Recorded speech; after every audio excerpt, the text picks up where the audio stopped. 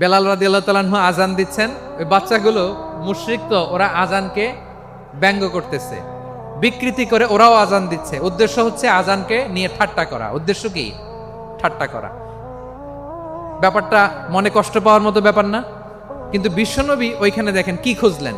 বিশ্বনবী খেয়াল করলেন অমুসলিম কিশোরদের মধ্য থেকে একটা কিশোরের গলাটা বড় দরাজ গলা, কণ্ঠটা বড় সুন্দর।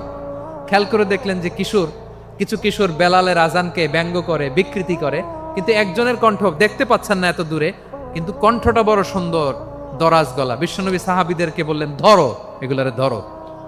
সবগুলারে ধরে বিশ্বনবীর সামনে আনা হলো। ওরা হাঁটু গেড়ে বসলো।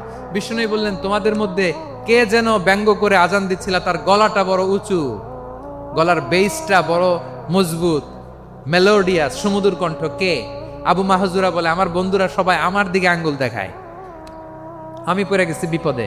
রাসূল সাল্লাল্লাহু আলাইহি ওয়াসাল্লাম বাকি অমুসলিম তরুণদেরকে ছেড়ে দিলেন, বললেন তোমরা যাও।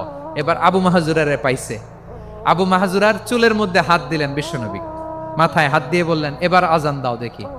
আবু মাহজুরা বলে, আমি তো আজান দিতে জানি না, কারণ আমি তো বেলালেরটা শুইনা দিছি, আমার তো মুখস্থ নাই, আমি তো আজান দিতে জানি না।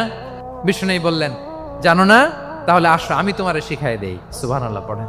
বিশ্বনবী একটা বাক্য পড়ে, আবু মাহজুরা পড়ে, বিশ্বনবী পড়ে, আবু মাহজুরা পড়ে। আবু মাহজুরা কিন্তু অমুসলিম, মুশরিক। আবু মাহজুরা বলে, এক একটা বাক্য পড়ি আমার কলিজাটা গলে ঠান্ডা হয়ে যায়।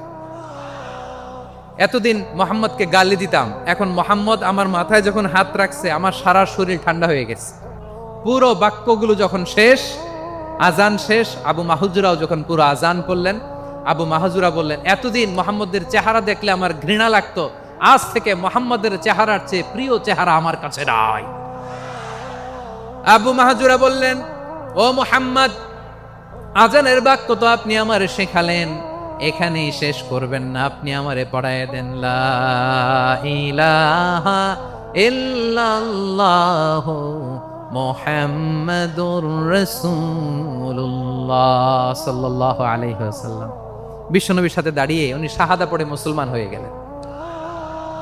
এবার আবু মাহজুরা বলে, ইয়া রাসূলুল্লাহ, ইয়া হাবিবাল্লাহ, আমি মুমিন হয়েছি, মুসলমান হয়েছি, আপনার কাছ থেকে আজান শিখার সৌভাগ্য আমি লাভ করেছি গো নবী। আমার কণ্ঠের বড় তারিফ করেছেন আপনি, আমার আজানকে আপনি পছন্দ করেছেন। একটা জিনিস আপনার কাছে চাই, আপনি আমাকে মক্কার মসজিদুল হারামের মুয়াজ্জিন হিসেবে অ্যাপয়েন্ট করে দেন। বিষ্ণু ঈসা ইসলাম বললেন, যাও আবু মাহজুরা, আমি তোমাকে পৃথিবীর শ্রেষ্ঠতম মসজিদ মক্কার মসজিদুল হারামের মুয়াজ্জিন হিসেবে অ্যাপয়েন্ট করে দিলাম। দেখছেন